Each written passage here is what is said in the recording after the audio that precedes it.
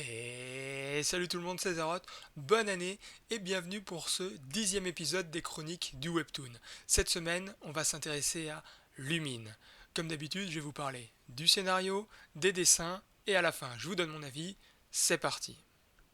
Donc Lumine, c'est un Webtoon fantastique, dessiné et scénarisé par Emma Krogel. Il y a actuellement 141 chapitres de disponibles gratuitement sur la plateforme pour une note de 9,77 et un nouvel épisode est disponible gratuitement tous les mercredis. Au niveau du scénario, que nous dit la plateforme? Un loup-garou, Lumine, rencontre un sorcier nommé Cody et est embauché comme son garde du corps. Lumine tente tout pour gagner la confiance de Cody afin de devenir son ami, tandis que le protégé essaie de le repousser. Leur vie se complique davantage après un événement regrettable qui les laisse survivre seuls.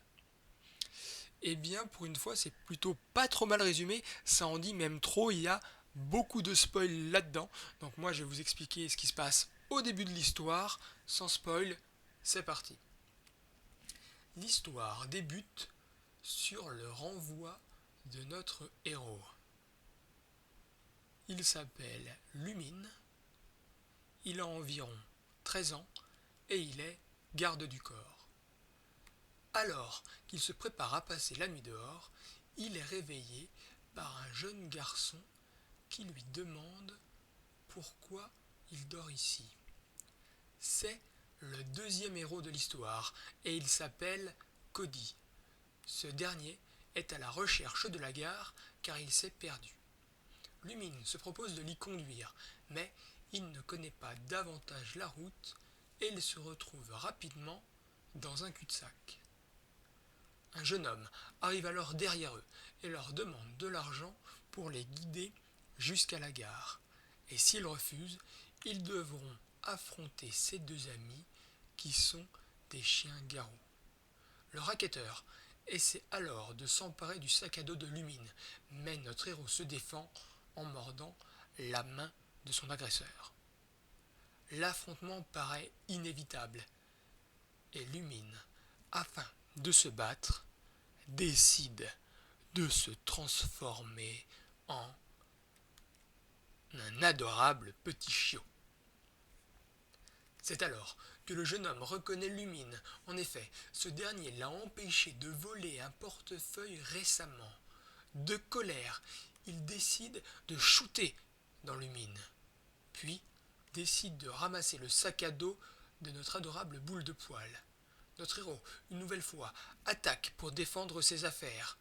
Il est immédiatement repoussé, puis réceptionné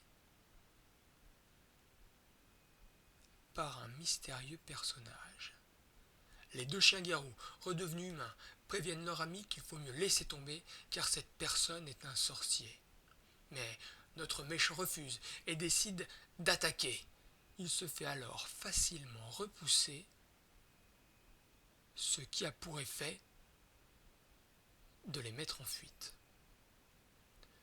Lumine se retransforme en humain et remercie son sauveur. Ce dernier était en fait le père de Cody et il était à sa recherche. Lumine décide de laisser ces deux-là le retrouvailles, mais il est rappelé car le père de Cody le cherchait. Sans vraiment réfléchir, Lumine décide de suivre cette famille et grimpe dans la voiture du père qui s'appelle Hayden. C'est alors qu'on apprend pourquoi il a été renvoyé au début de l'histoire, à cause de bagarres qu'il aurait provoquées et d'actes de maladresse. Puis, tout à coup, la voiture s'arrête dans une station-service afin de reprendre de l'essence. Cody décide de se rendre à l'intérieur de la boutique. Lumine le suit, et c'est alors que nos deux personnages principaux sont témoins d'un cambriolage à main armée par une femme masquée aux longs cheveux rouges. Un des deux braqueurs, caché jusqu'ici, surprend nos deux jeunes héros par derrière, mais contrairement à ce qui s'est passé dans l'allée, Lumine décide de se battre et maîtrise sans effort son assaillant. La cambrioleuse aux cheveux rouges arrive alors, les met en joue et tire. Heureusement, elle a tiré à côté. Et on comprend que la braqueuse nommée Chérie connaît Hayden. Le père de Cody explique alors qui a mis en scène tout ça afin de voir la réaction de Lumine. Car à partir d'aujourd'hui, il devient le garde du corps de Cody. Et ce dernier va en avoir bien besoin car il a pas mal de problèmes. Donc voilà tout ce que je pouvais vous dire sur le début de l'histoire. Au niveau des dessins, je vais commencer par les personnages. Et bien à ce niveau-là, pas de problème. On les reconnaît bien tous. Ils ont tous des styles et des attitudes qui leur sont propres. Au niveau des scènes d'action, c'est ok. On ne s'y perd jamais. Les lignes de mouvement sont bien faites, donc c'est ok. Au niveau des dessins, eh bien au début de l'histoire, c'est vraiment très mignon. Les traits sont plutôt ronds et plutôt jolis. Pareil pour les couleurs, on est sur quelque chose de très qualitatif. Il y a de beaux effets de lumière et de beaux effets d'ombre, comme on a pu voir sur ce dessin. Malheureusement, je ne sais pas ce qui s'est passé, mais à un moment de l'aventure, les couleurs puis le dessin changent complètement, et à mon avis, pas dans le bon sens.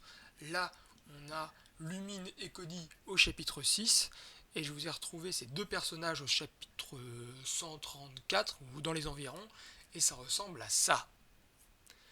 Les dessins ils deviennent plus anguleux, plus brouillons, et ils perdent en détail, comme les couleurs en fait, qui perdent également en détail, et c'est vraiment très décevant.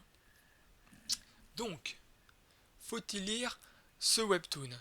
Eh bien non, pour moi je vous le recommande pas spécialement. L'histoire elle est plutôt intéressante, même si je trouve qu'elle s'est un peu perdue en chemin et je sais plus bien ce qu'on veut me raconter maintenant. En plus, la mauvaise évolution des graphismes est vraiment très déroutante et assez décevant.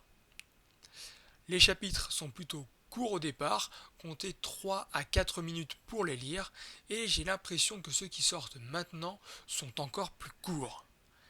Il y a eu une longue pause, mais la série est maintenant de nouveau hebdomadaire. Par contre, comme je ne sais pas ce qu'on veut me raconter exactement, et je ne sais pas où on va, je suis incapable de vous dire où on en est dans l'histoire. Donc voilà tout ce que je pouvais vous dire sur Lumine. N'hésitez pas à laisser un petit commentaire pour me dire si vous l'avez lu et ce que vous en avez pensé. Je rajoute en bonus que j'ai publié fin décembre mon manga, une histoire courte de 13 pages, et si vous voulez la lire, je vous mets le lien dans la description. Merci à tous d'avoir regardé cette vidéo. N'hésitez pas à vous abonner à ma chaîne en cliquant sur mon visage. Comme d'habitude, à gauche l'épisode précédent, à droite l'épisode suivant quand il sera en ligne. Je vous fais des bisous et je vous dis à la prochaine. Salut, salut!